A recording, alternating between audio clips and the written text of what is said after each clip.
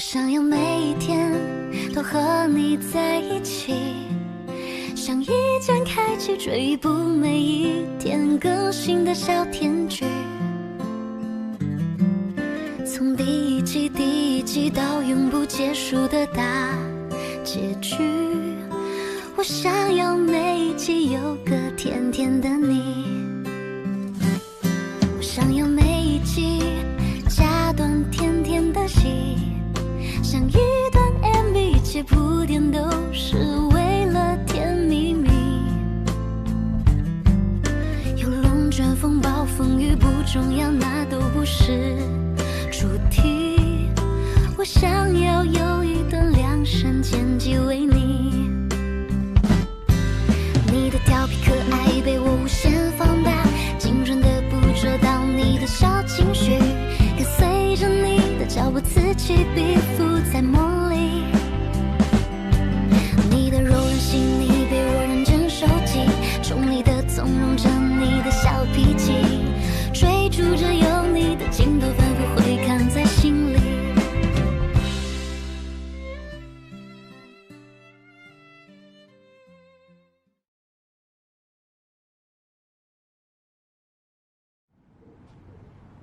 Thank you mister tau. मैंने सुना कि आप कल देर रात तक मिस्टर यिन के साथ थे। मैं बस अपना काम कर रहा था। नंझाओ ग्रुप ने मुझसे बात की, जब मिस्टर पू अपने बिजनेस ट्रिप से लौटेंगे तब हम ये कॉन्ट्रैक्ट साइन कर सकते हैं, तब हम ये केस खत्म भी कर सकते हैं। मैं हाईताओ और बाकी को फॉलो अप करने के लिए कह दूंगा। मुझे कल निगम्बो के लिए बिजनेस ट्रिप पर भी जाना है। मैंने सुना है कि हमें लेबर डिस्प्यूट हैंडल करना होगा। हाँ, मैंने इसे हाईताओ पर छोड़ दिया है। आज सुबह तियांग हैंग के मिस्टर यिन का कॉल आया था। उन्होंने कहा कि आपको ये केस संभालना चाहिए। मैडम टैंग, असल में ये केस बहुत ही साफ है, क्लियर है और सिंपल भी है, और कानूनी फीस भी ज़्यादा नहीं है।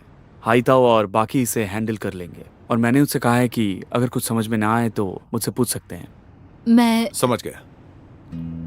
हम आपके डिसीजन का मान रखते हैं। ठीक है। Thank you mister Jin, madam Tang.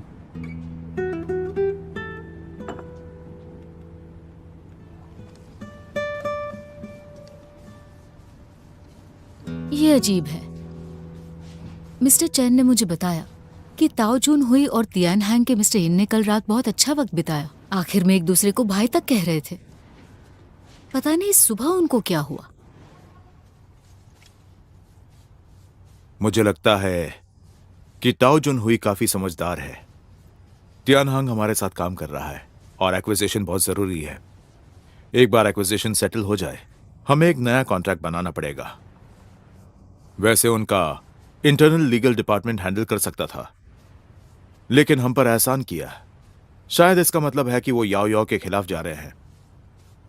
उस लेबर डिस्प्यूट मामले में ज्यादा मुनाफा नहीं है।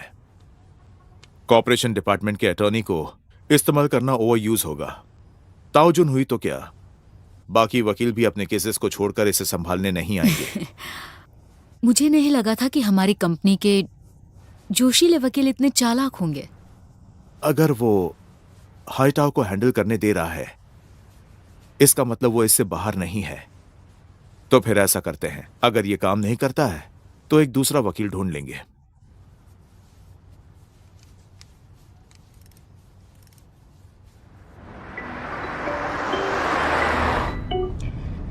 बताइए मैडम हुई। तुम कहाँ हो? बाहर हो? क्यों, क्या बात है? वापस आते ही मुझसे मिलना।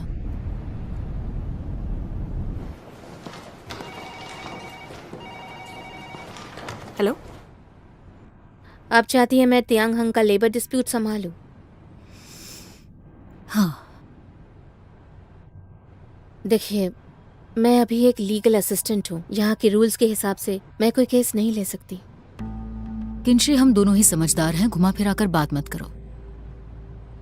फैमिली डिपार्टमेंट में तुमसे ज्यादा एक्सपीरियंस और कैपेबल कौन है, ये तुम भी अच्छी तरह से जानती हो। तुमने वो फेक को गुस्सा दिलाकर उसे फैमिली डिपार्टमेंट छोड़ने पर मजबूर किया। मिस हुई, आप मुझे डिमोट कर सकती हैं, लेकिन मेरी अक्लमंदी पे सवाल नहीं उठा सकती।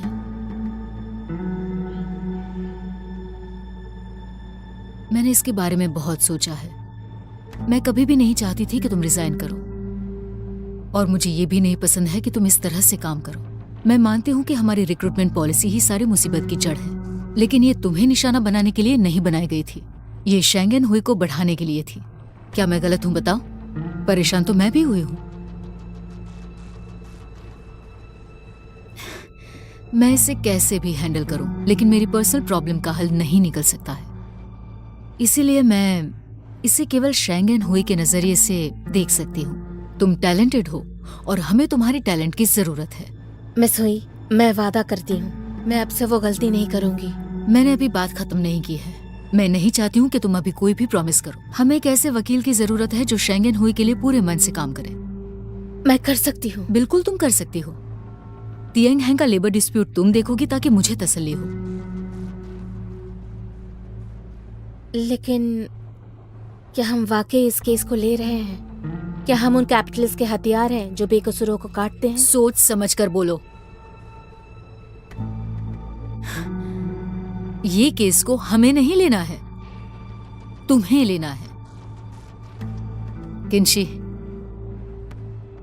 एक वकील न्याय का रक्षक नहीं होता है। ये एक ऐसा पेशा है जिसमें एक पार्टी दूसरे को लीगल एडवाइस देती है। हम हमारा एक्सपीरियंस बेचते हैं। हम क्वालिटी के लिए खड़े होते हैं, ना कि न्याय के लिए। इस प्रोसेस में जो तुम्हें करना है और जो तुम्हें करना चाहिए वो ये है कि क्लाइंट के इंटरेस्ट को प्रोटेक्ट करो, ना ही उनके कैरेक्टर को जज करो।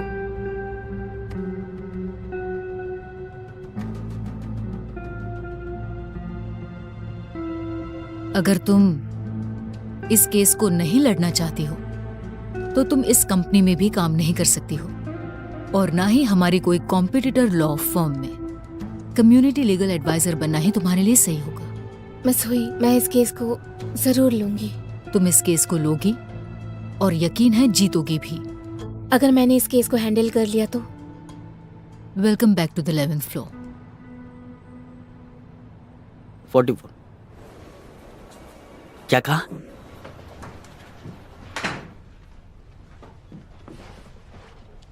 यूफिंग ने तुम्हें उसका चीफ फाइनेंशियल काउंसलर का ऑफर दिया था ना?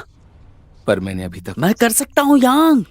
क्या कर सकते हो? मैं कुछ भी कर सकता हूँ। अगर तुम यूपिंग के लिए काम कर सकते हो तो तुम्हारी मदद कर सकते हैं ना। और तुम्हारा नेचर ऐसा है कि तुम्हें कोई नहीं झेल सकता, और तुम्हारा टेम्पर ऐसा है कि मैं तुम्हारी मदद कर सकता हूँ और कोई नहीं। हम वही करेंगे जो अब तक करते आए हैं। मैं तुम्हारे लिए वर्क प्लेस असिस्ट कर सकता हूँ। मुझे सैलरी की परवाह नहीं है, बस 2-3 गुना ज्यादा दे देना। मुझे तुम्हारी परवाह है। मुझे बोलने दो, मुझे खत्म करने दो। ध्यान से सोचो, तुम 28 साल के हो चुके हो, लगभग 30 के हो जाओगे। तुम शादीशुदा हो, घर भी है, तुम्हारे बच्चे होंगे। वो सब मैं बदल दूंगा। तुम्हें अपने बच्चे के बारे में सोचना चाहिए, अपनी पत्नी के बारे में सोचना चाहिए, है कि नहीं? तुम्हें पूरी जिम्मेदारी लेनी होगी मेरे फ्यूचर की, तुम्हारे बच्चे की, तुम्हारे भाई की, तुम्हारे सगे वाले की, सबके फ्यूचर की परवाह करनी होगी, समझे? हाँ, थोड़ा दिमाग से सोचो, जैसे हमारे राष्ट्र का स्तंभ हो, समझे? हाँ? मैं डिवोर्स ले रहा हूँ। डिवोर्स? मजाक बंद करो। तुम बहुत मजाक करते हो। मेरा मुंह बंद करवाने के लिए ऐसा ही कहते रहते हो ना।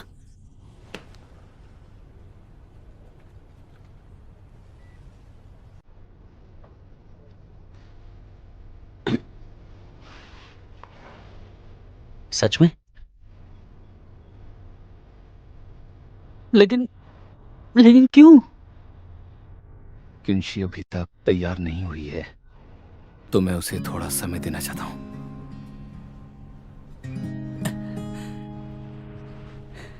मैं वाकई में, तुम दोनों एक बार इंसान की तरह सोच सकते हो। सही कह रहा हूं। तुम दोनों क्या सोच रहे हो? हाँ?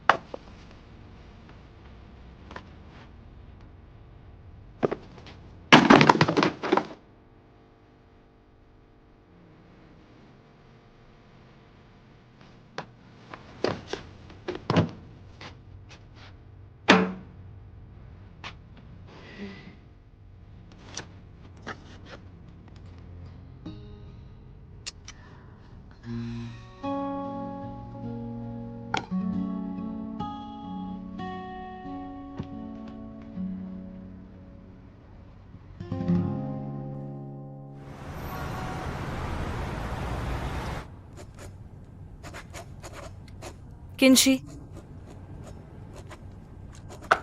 किंशी, हाँ कहो, क्या बताऊं? यही कि क्या चाहती हो? हम बात कर चुके हैं। आखिर क्या बात है? हम आज आउट ऑफ कोर्ट सेटलमेंट करने की सोच रहे हैं। प्लीज सीरियस हो जाओ और मुझे बताओ। अगर तुम इस बारे में बात नहीं करना चाहती हो तो हमें एक दूसरे का वक्त बर्बाद नहीं करना चाहिए। मिस याओ, चलो चलते हैं। मिस ली, देखिए ये बहुत आसान सा केस है। दरअसल त्यानहंग ने मिस याओ पे बहुत इन्वेस्ट किया है और तो और उन्होंने 10 लाख का कॉन्ट्रैक्ट भी साइन किया है। मिस याओ अब रिजाइन करना चाहती हैं और ऐसा करके वो कॉन्ट्रैक्ट तोड़ रही हैं। इसके अलावा उन्होंने कंपनी का दिया हुआ पोस्ट भी ठुकरा दिया है और वो वहाँ गई भी नहीं। इनका बिहेवियर ठीक नहीं था। अब बस भी करो, यहाँ और कोई नहीं है तो तुम इस तरह का बयान अपने पास ही रखो। त्यानहंग सिर्फ इसे जाने नहीं देना चाहता है ना? हम उसे जाने दे सकते हैं, लेकिन इसके लिए शर्त है, एक अट्रैक्टिव कॉम्पेंसेशन ले ले। तुम्हें पता होना चाहिए कि याओ याओ एक बहुत इंपॉर्टेंट इंसान है मैनेजमेंट लेवल पर। उन्होंने जो भी अचीव किया है उसकी वजह हमारी इतने सालों की इन्वेस्टमेंट है जो हमने उन पर की है। तो फिर आप कितना चाहते हैं, खुलकर बताइए।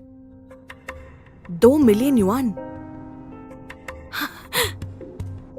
क्या तुम्हें आजकल कैश की कमी है क्या? और अगर है भी तो इतनी लालची होने की जरूरत नहीं है। मेरी क्लाइंट सालाना लगभग 2000 युआन कमाती है। 2 मिलियन की जो कीमत है उतनी कीमत त्यानहंग मिस याओ याओ को देता है। उनकी नजरों में इनकी इतनी अहमियत है। पता नहीं ये सुनकर मुझे खुश होना चाहिए या नाराज। किंशी, इतनी बड़ी कंपनी आखिर एक स्टाफ मेंबर को जाने क्यों नहीं दे रही है, मुझे बताओ। और इसके अलावा ये वही है जिसने कंपनी की रेप्यूटेशन को बनाए रखा है। ये सही नहीं है, बिल्कुल भी नहीं। मैं सहमत हूँ। तो फिर हम एक साफ सुथरे सोल्यूशन पर आते हैं। जैसे ही मिस याओ याओ हर्जाना भरेंगी वो यहाँ से जा सकती हैं और अपने लिए एक नई नौकरी ढूंढ सकती हैं। आखिर तुम्हें इस वक्त क्या ही चाहिए? क्या हम एक दूसरे का समय बचाने के लिए थोड़ी ईमानदारी दिखा सकते हैं? तो मैं त्यानहंग की ओर से बता रही हूँ ना। त्यानहंग चाहते हैं कि उन्हें 2 मिलियन युआन का हर्जाना दिया जाए। मिस्किन, इन जिक्यान ने आपको आखिर खुश कैसे किया है? क्या आप जानते हैं कि वो किस तरह का इंसान है? आपको पता भी है कि आप एक विलेन की साइड ले रहे हो?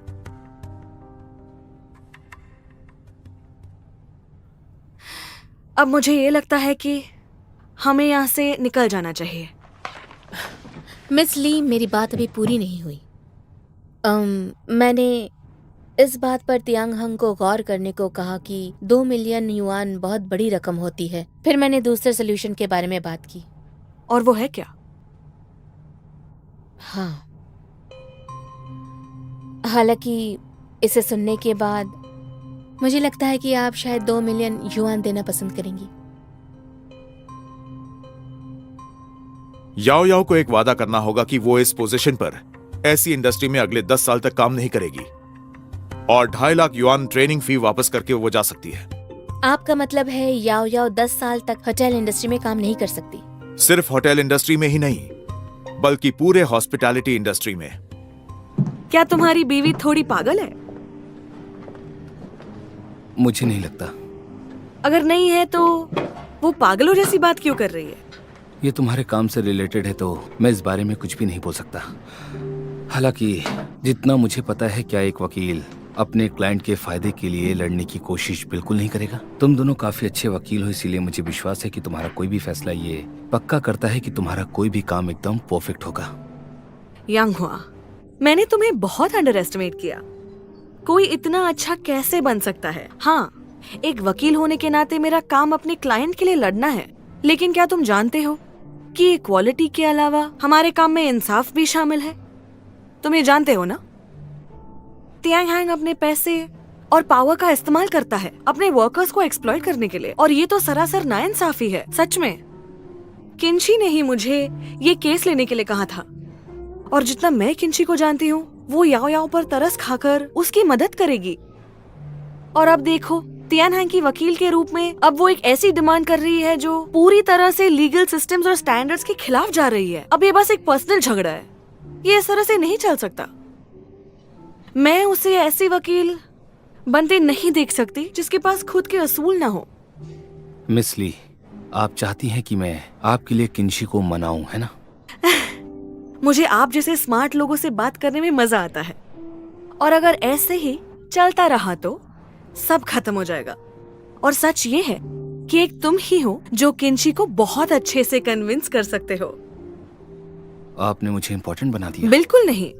देखो, याओ याओ तुम्हारी एक्स गर्लफ्रेंड है और किंशी तुम्हारी बीवी है, और दोनों को तुमसे बहुत गहरा प्यार है।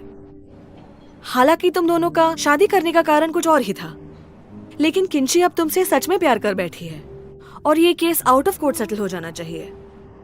वकील होने के नाते किंशी का व्यू इस केस में जरूरी है, लेकिन क्या किंशी का एटीट्यूड इसीलिए तो नहीं बदला कि वो तुम्हारे और याओ याओ के रिश्ते के बारे में जान गई? क्या मतलब है आपका? आसान ही तो है, मैं भी तो एक औरत हूँ। अगर मुझे ये पता चला कि मेरे पति के दिल में अभी भी अपनी एक्स के लिए फीलिंग्स है, तो मुझे बिल्कुल भी अच्छा नहीं लगेगा। और अगर मैं परेशान रही तो ये मेरे हार्मोन्स पर बुरा असर डालेगा, और हार्मोन्स मेरे फैसले पर भी असर करेगा।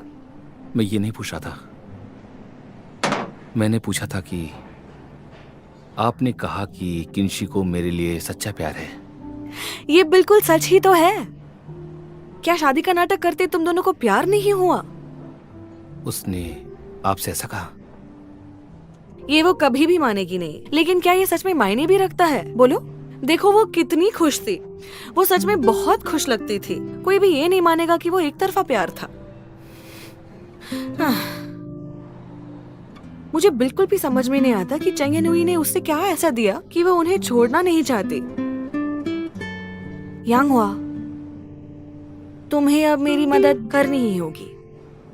अगर मैं ये केस हार गई तो किंशी भी ये केस नहीं जीतेगी, और उसे अपने करियर में सबसे बड़ा पछतावा होगा। और इसके अलावा इस सबसे एक और विक्टिम भी होगा, याओ याओ। तुम नहीं चाहोगे कि उनमें से किसी को भी तकलीफ हो, है ना? ये सच है ना? मिस ली, दरअसल मुझे बताओ, आखिर तुम्हें इस वक्त क्या ही चाहिए? मुझे सोचने के लिए समय चाहिए।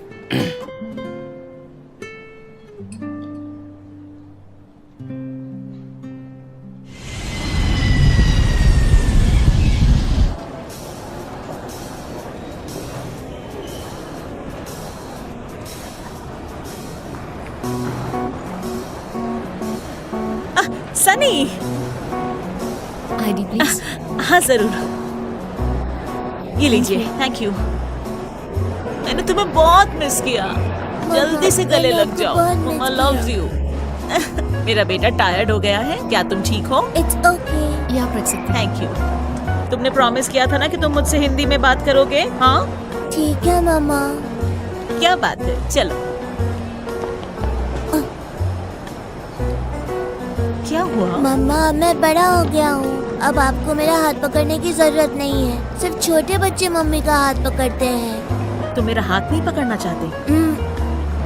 मम्मी एक लड़की है और एक लड़की बच्ची तो बन ही सकती है। क्यों, सही कहा ना? ठीक है। चलो, मैं तुम्हारा बैग उठा लेती हूँ। तो मम्मा को देखकर खुश हो? मैडम टैंग, मिस्टर ताऊ, क्या कर सकती हूँ आपके लिए? हाँ, मैडम टैंग, मैं इसे तुरंत भेज देता हूँ। ओके।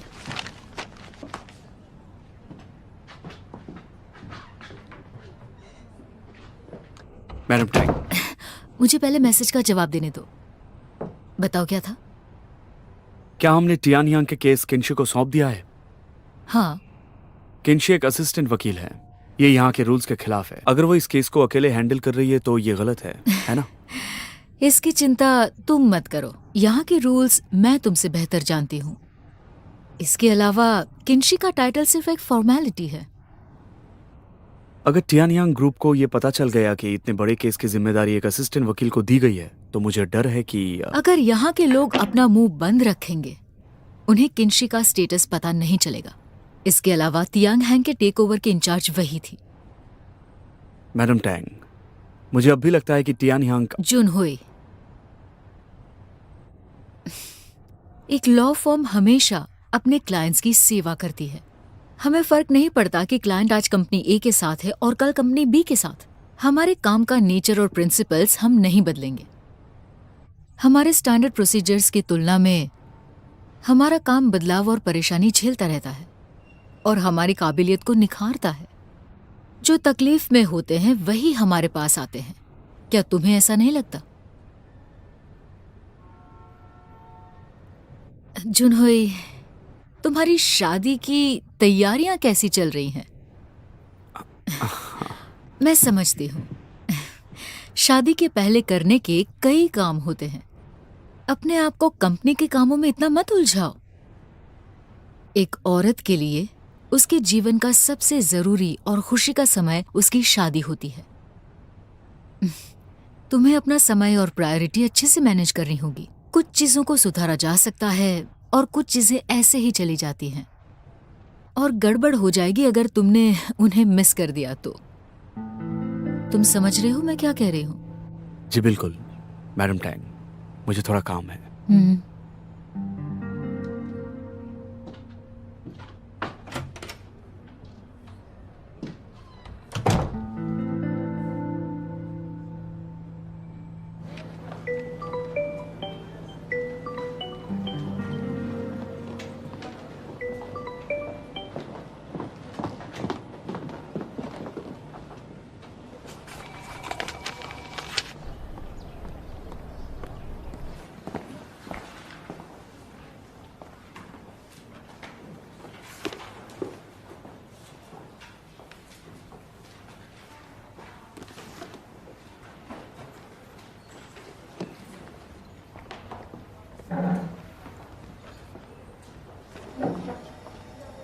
ये लो तुम्हारा फेवरेट क्रैनबेरी जूस, जल्दी पी लो।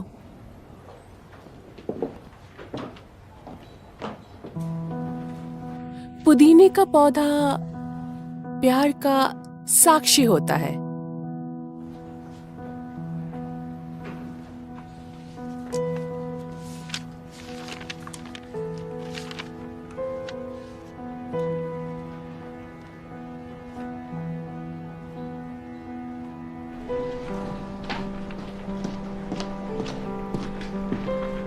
मिस्किन कहाँ है?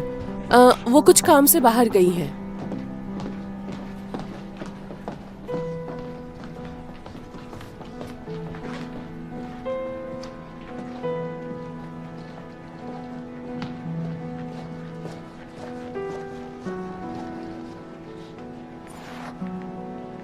तुम मेरा फोन क्यों नहीं उठा रही हो?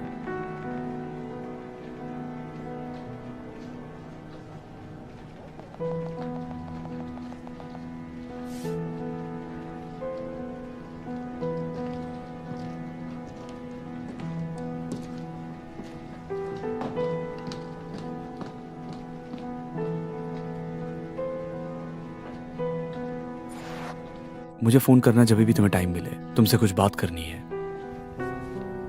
जब मैं तियांग हैंग आई थी, अगर मुझे कोई परेशानी होती थी तो याओ याओ बिना सोचे मेरी मदद करती थी। वो एक बहुत अच्छी इंसान है और वो हमेशा हम सबके साथ बहुत अच्छे से मिलजुल कर रहती है।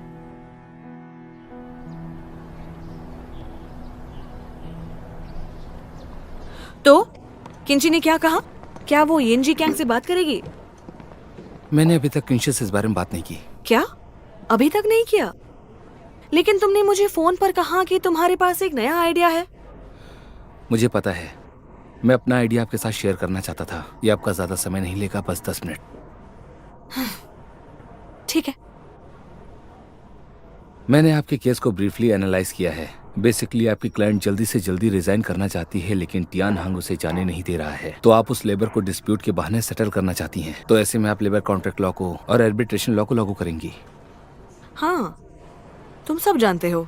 ऐसा लगता है कि तुमने अपनी रिसर्च अच्छे से की है। इसे एक पजल की तरह सोचो कि इसे कैसे सॉल्व करना है। सॉल्व? तुम्हारा मतलब क्या है?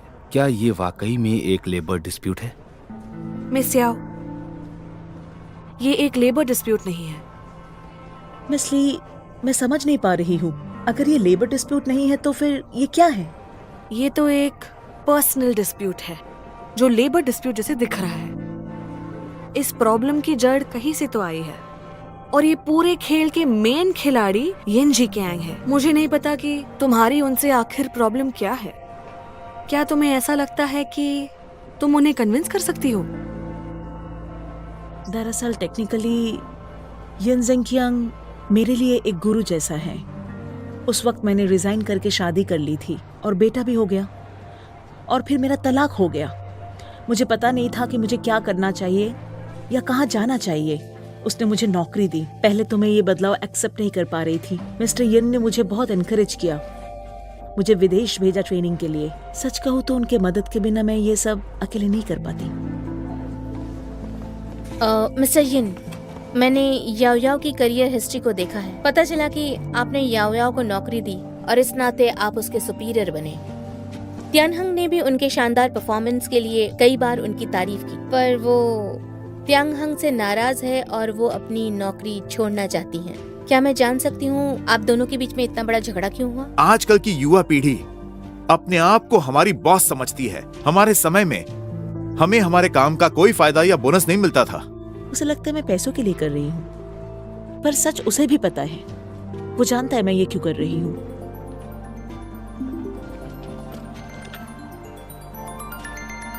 मुझे बात करनी चाहिए।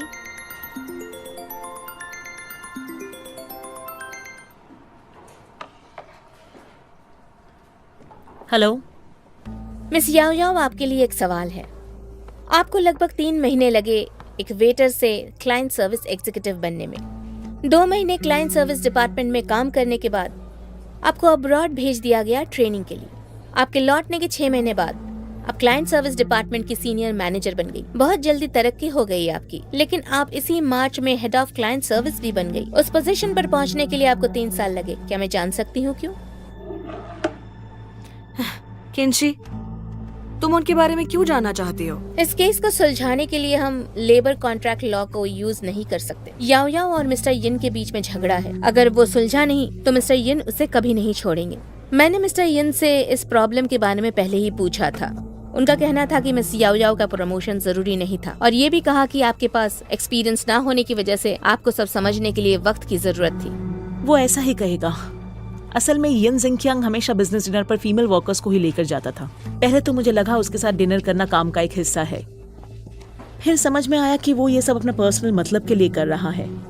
पीकर वो फीमेल वर्कर्स को परेशान करता था। मुझे ये सब बहुत घिनौना लगता है, इसीलिए मैंने उसके साथ डिनर पर जाने से मना कर दिया। पहले तो वो मुझे बहाना देता था, फिर धीरे धीरे इन सब चीजों से उसे बुरा लगने लग गया और वो चाहता था कि मैं वहाँ से चली जाऊँ। लेकिन वो ऐसा नहीं कर सकता था क्योंकि त्यानहंग के साथ मेरा 10 साल का कॉन्ट्रैक्ट है। इस तरह चीजें धीरे धीरे इस स्थिति पे आ गई।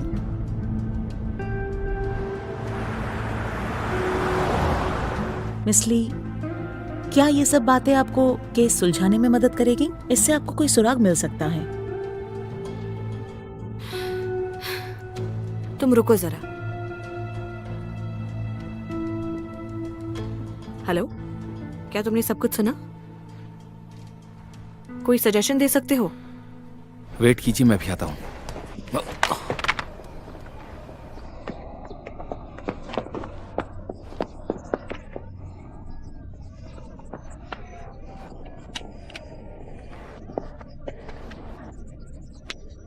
मैंने उसे नहीं मारा।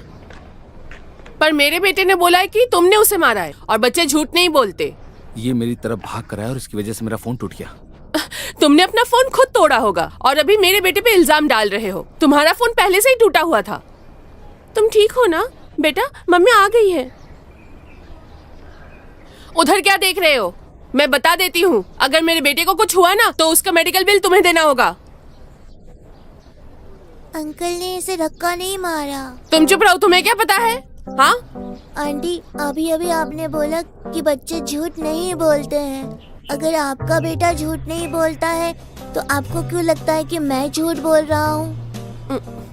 एकदम चुप।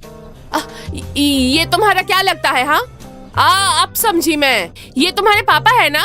सच बताओ मुझे, ये तुम्हारे पापा है ना? कहाँ छुप रहे हो इनके पीछे? आप बच्चे से आराम से बात कीजिए। देखिए आंटी, अगर आपको मुझ पर विश्वास नहीं है तो आप जाकर सीसीटीवी का फुटेज चेक कर सकती हैं। जरूर करूंगी, मैं किसी से डरती थोड़ी हूँ। चलो, घटिया लोग कहीं के। चलो। मिस ली, आपने मेरे लिए जो किया उसके लिए थैंक यू। मैं इस बारे में वाकई सोचूंगी और इसका कोई सोल्यूशन निकालूंगी। होपफुली।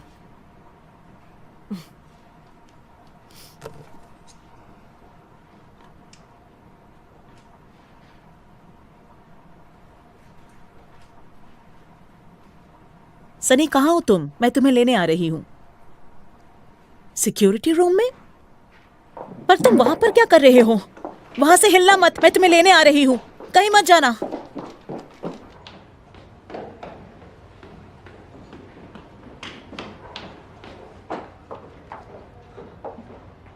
सनी, मम्मा, तुम ठीक तो हो ना बेटा?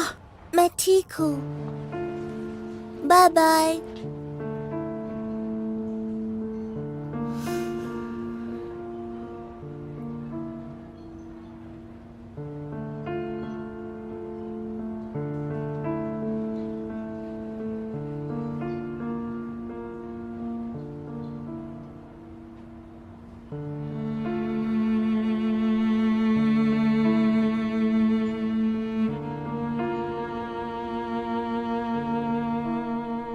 तुम्हें टियांग हांग से इस मामले की तह तक जाने के लिए किसने कहा?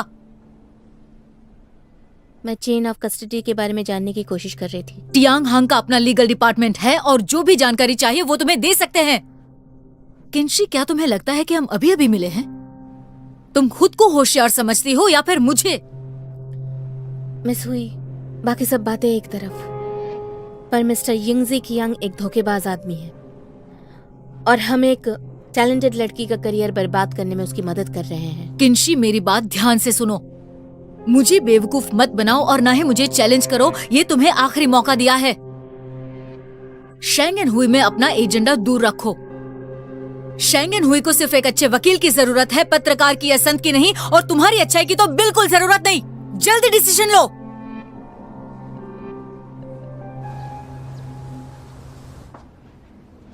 डार्लिंग, हे, तुम क्या कर रहे हो? गेम खेल रहा हूँ। मैं तुम्हारे लिए एक गिफ्ट लाई हूँ। तुम गिफ्ट लाई हो मेरे लिए? क्या आज हमारी एनिवर्सरी है?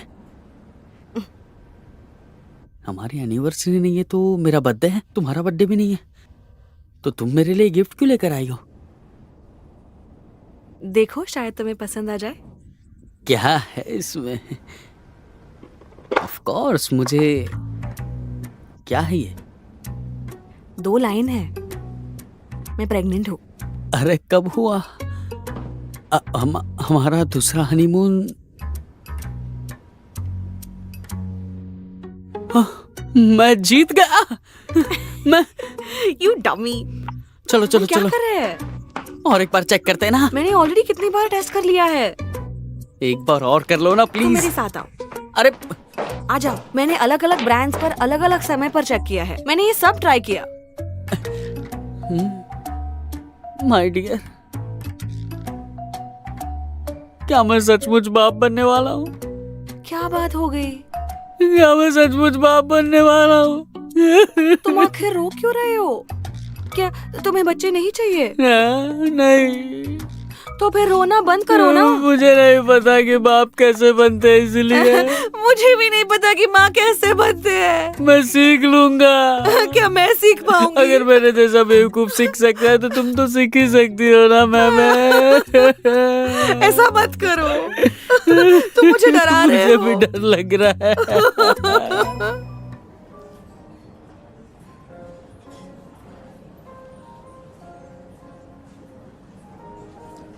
सनी, खेलना बंद करो।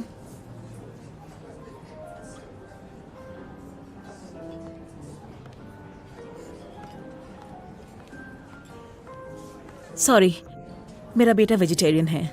तो आपको भी शायद। कोई बात नहीं, वेजिटेबल्स खाना अच्छा है, ये सेहत के लिए फायदेमंद है। मैं भी वेजिटेरियन ही हूँ। क्या मैं आप लोगों का ऑर्डर ले सकती हूँ? ये है हमारी आज की मेन्यू, ये देखिए। Thank you. Number 1 for me. मुझे नंबर 4 चाहिए। इनमें से तुम कुछ भी चुन लो। मुझे नंबर 2 का मेन चाहिए और नंबर 3 का साइड। क्या आप इसे कंबाइन कर सकती हैं? क्या ये पॉसिबल है? ऐसा नहीं हो सकता। फिर 3 नंबर वाला। ठीक है, नंबर 3।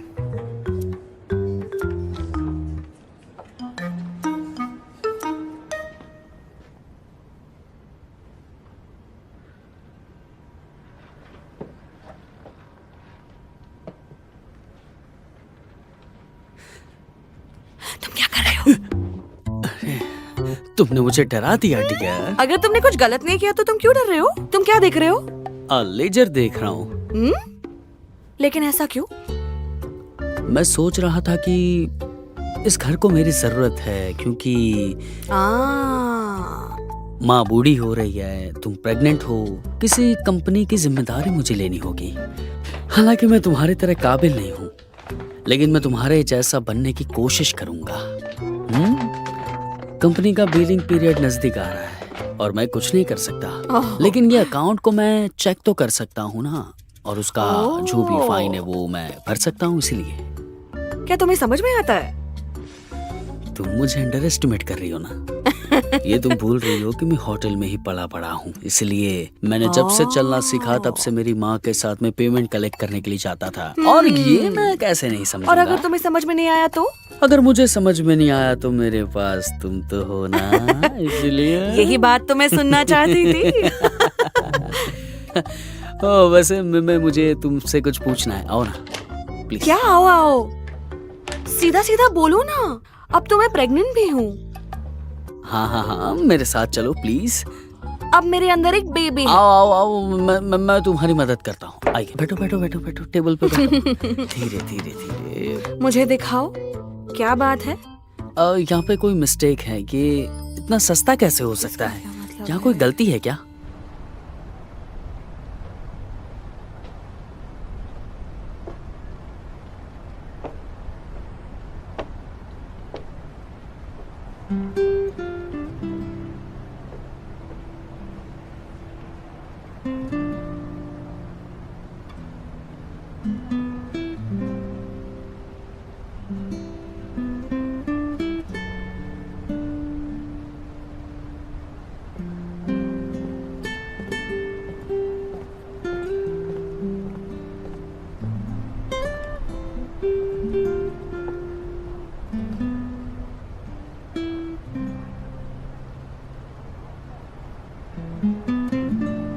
तुमने मैसेज का जवाब नहीं दिया।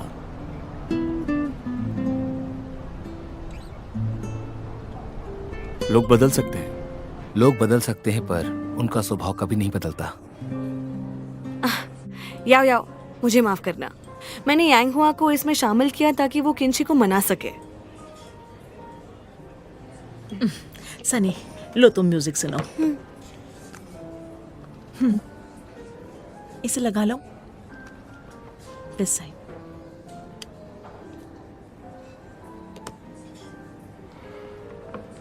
क्या कोइंसिडेंस है, मिस किन तो तुम्हारी वाइफ है ना?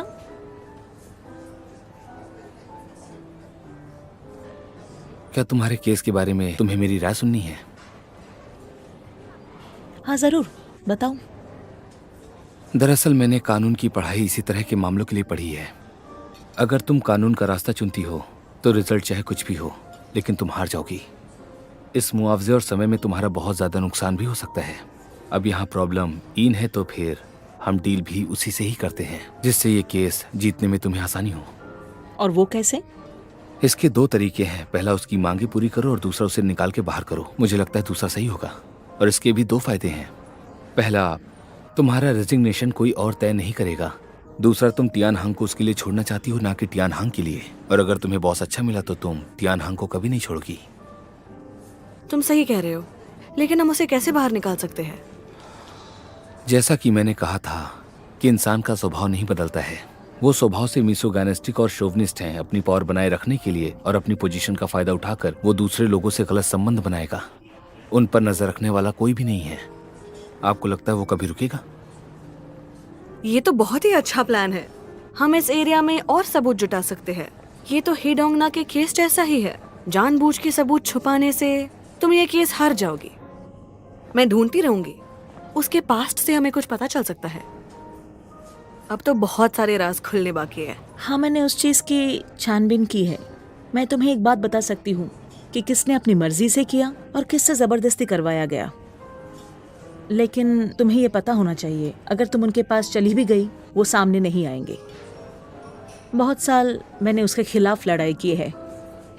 जो मुझे सपोर्ट करते थे वो भी सब एक एक करके पीछे हट गए। अब बस मैं ही बची हूं और अब मैं बहुत थक गई हूं। अब बस बहुत हो गया। मैं सनी के साथ रहना चाहती हूं। ये लड़ाई मैं और नहीं लड़ सकती हूं।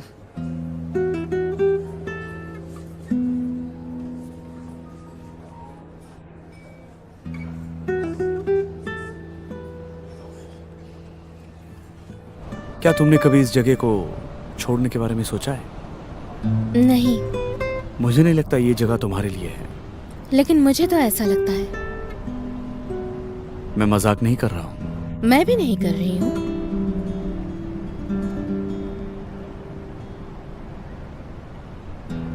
अगर मुझे जाना होता तो मैं अब तक जा चुकी होती।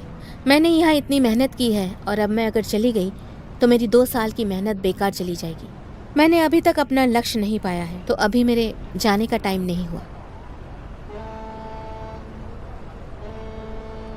मुझे पता है, मैडम टैंग ने तुम्हें टियांगयांग के लेबर डिस्प्यूट का कॉन्ट्रैक्ट दिया है और मैं इसके लिए जिम्मेदार हूँ। वो केस मुझे दे दो, तुम इसे फॉलो अप मत करो। ताओजुन हुई, तुम्हें इतना कॉन्फिडेंस कहाँ से मिलता है? थोड़ा उधार में दे दो ना। तुम्हें लगता है कि तुम्हें कोई हरा नहीं सकता।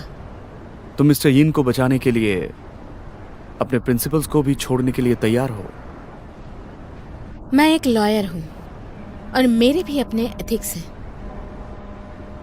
मुझे याद है हमारे यूनिवर्सिटी के लेक्चरर ने एक बार कहा था कि जब वकील सीरियसली अपने एथिक्स की बात करता है तो वो सच में एक बात को छुपा रहा होता है कि वो पहले से ही पैसे और इस खेल में किसी और का मोहरा बन चुका होता है। और मुझे लगता है कि ये कहीं हद तक सही भी है।